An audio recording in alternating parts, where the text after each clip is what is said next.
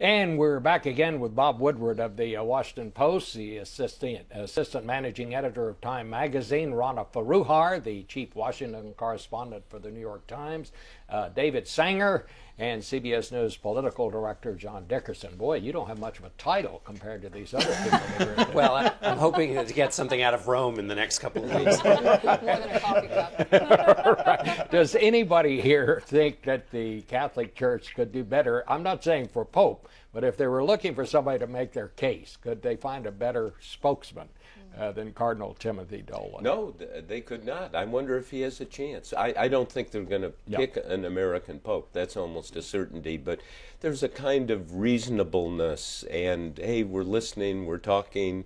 Maybe he should come do some mediation between the White House and the Republicans. I was going to say. You know, it's interesting, though. We hear political parties when they're in a fix. And there's always a debate. Is it the underlying message or the messenger that's the problem? And here you heard the Cardinal basically say it was just the kind of the packaging, not the underlying message. That's a challenge for churches and for political parties. But he also went out of his way to say that the issues of sexual abuse and so forth have to be addressed in this conclave. And I haven't heard many others say that. Yeah, I thought it was very telling what he had to say. Well, all right, so we know the sequestration has happened. This thing that everybody said is so stupid, so awful, so ridiculous, that Washington would have no alternative but to find a better way to do it. They couldn't find a better way to do it. What happens? What happens next, Dave?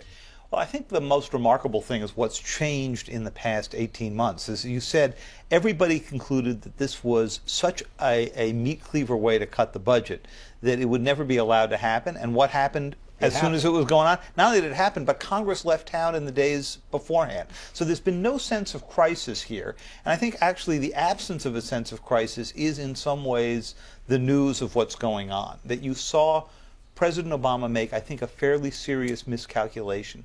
He believed that these cuts in defense would be so outrageous to the Republican Party, they would never let it happen. Well, it turns out that that part of the party that wanted to see cuts happen, to shrink government, won out over the traditional side that would defend the Defense Department. But what happens next, John? I think what happens next, we've been so pessimistic, and there's, it seems every minute we get another reason to be pessimistic about what's happening in Washington. Let's try and find the optimist case, which is we've had this bad thing happen. Republicans can now say we didn't bend to this president on the question of revenues. Now, Republicans were in trouble with their base on having buckled on two previous fights over the fiscal cliff and the debt limit. So they can now say, look, we stuck. There's also a consensus that they need to go big again, that everybody wants to get back to regular order. And this month we're going to have a budget from the White House, the Senate, maybe they've said they'd do one before and haven't, and House Republicans. Everybody's going to offer a budget. We're going to get back to the actual big discussion about taxes and spending and investment and how to do things in the time of scarcity. That may get us back to a big conversation. Why is that important? Because in a big conversation, you can make this trade that everybody knows has to happen, which is Republicans accept a little bit of revenue, and the president offers some entitlement cuts that he's already offered, so we get back to the big deal. That's failed many times before, but in a time of despair, that might be a little glimmer of hope.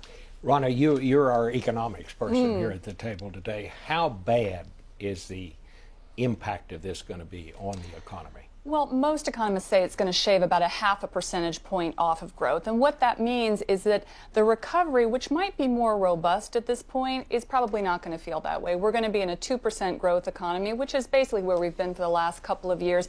And that's too bad. But one thing that's very interesting is that markets are nearing a record high. They're a few hundred points from being where they were in 2007. That's in part due to the fact that the Fed has buffered a lot of the problems in Washington by this asset buying program that's been going on for some time now. Stock markets are up, housing is coming back. So I think that the recovery in the private sector that's happened and will continue to happen is going to buffer some of what's happening and the dysfunction in Washington. So I'm what about too. Unemployment? Will this have an impact on that? I think unemployment's going to hover around 7.9%, roughly where it's been. I think we're going to see a slow recovery because areas, again, like housing and construction and manufacturing are growing. It's just too bad because if we had things together in Washington, I think we'd have a fairly robust recovery by now. I agree with that. And in fact, you might have more than a robust recovery. And I think what's missing here is a discussion of the impact on real people and the human toll here for something everyone says this is total idiocy, and by conservative estimates, hundreds of thousands of people are going to lose their jobs. Now, the people who, the President of the United States, the leaders in Congress, the members of Congress, I think have a moral responsibility to the people. And if you devise something where hundreds of thousands of people are going to lose their jobs, people are going to be furloughed, who cannot afford it. This is sad, and out in the country, people are saying not just what's going on, but this is madness. I keep thinking back to Casey Stengel, who was the great baseball manager, and when he was managing the Mets in those early years when they couldn't do anything right. And one day he just looked up and said, "Can't anybody here play this game?" To me, there's a question of competency here. And the president, on both sides. I'm not talking about Republicans. I'm not talking about Democrats. I agree, but the president talked about a caucus of common sense, which it's a great phrase. Well, you could rent a small room. And he could lead that. Yeah. He could lead that, and he was saying, "Oh, there's no secret formula. There's no secret sauce," but there is, and that is for him to lead. And Bob, we forget that in some ways we're closer to a solution here than we think. My colleague Jackie Combs had a fascinating story in the Times this morning, laying out how close we are to basically $4 trillion in cuts. And $1.5 trillion of them came from the reductions that were agreed on by Congress and the President in 2011, the $700 billion from the tax increase they agreed on. There's another $700 billion in projected reductions in the debt that will reduce the amount of interest we have to pay. So we're getting much closer, and there's some in reductions in medical costs as well. We're a lot closer to that initial goal. So doing what John just described before shouldn't be all that hard. We've seen bigger deals. Because the president can say to Republicans, "Look, we've cut a lot." And so, and Republicans can say, "We didn't give in on this latest request for revenues." So that gives a little bit of breathing room for each of the sides. And what hasn't been resolved, though, are two big questions. One, what to do with entitlements.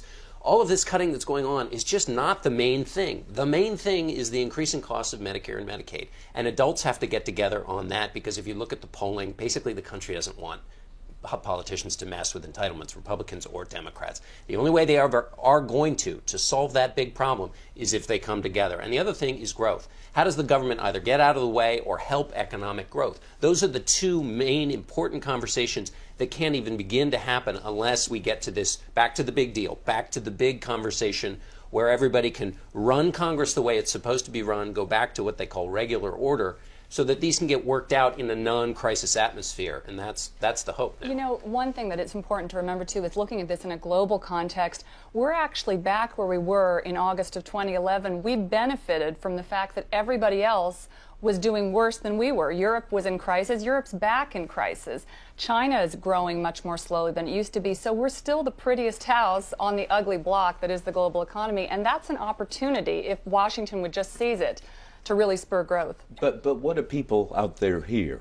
They hear the White House saying it's all the Republicans' fault. You hear the Republicans saying it's all Obama's fault, and they're in their bunkers, and then something happens, and they all call out their bunker maintenance crew, and they say they're the ones that did this, they're the ones that did that, and I really think it's fixable with conversation. And John's right, this not touching entitlements, when people talk about the long-term debt and deficit, that's the problem, and you've got to address it, and it's a bitter pill to swallow. The president has said he would accept it. Over the summer, he told me, he said, it is untenable, that's a strong word, to not cut these things. Okay, let's start. I just worry that Washington has forgotten how to compromise. Washington seems, and maybe these people are just too new to Washington to remember how people used to get together, and I don't want to sound corny about this, but they talk to one another. Now they go out and run ads against one another. That's not working. The old way, maybe it was old-fashioned, but the old way worked. Well, there are a few people, blowing on the dying coals of compromise in Washington on both the question of immigration. You've got people on both sides. In fact, fact, Republicans have said to the president, stay out of this conversation. We're doing okay over here in our little attempt to build a bipartisan consensus. On gun control, there's a little bit of a bipartisan group working together to get something done. So it is happening mostly out of the spotlight. Once the spotlight arrives, everybody misbehaves.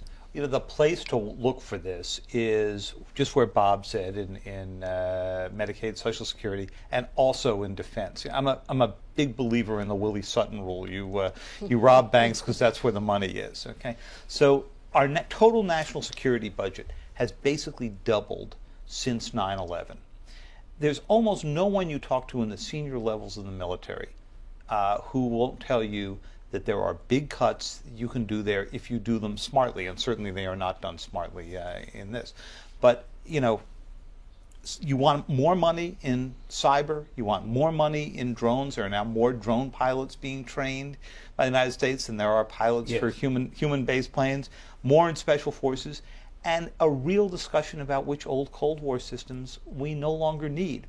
That's the hardest thing to cut. They're in a lot of different congressional districts. Let me, one of the big things that happened this week, John Kerry, the new Secretary of State, said we're going to give some more aid than we have been giving to Syria. Where does that go? Is that a good thing? What do you think, Bob? It makes sense, and the more that can be done, I suspect there are covert ways they're doing things, and you know, this is a big deal. Again, it goes to the moral authority of the United States.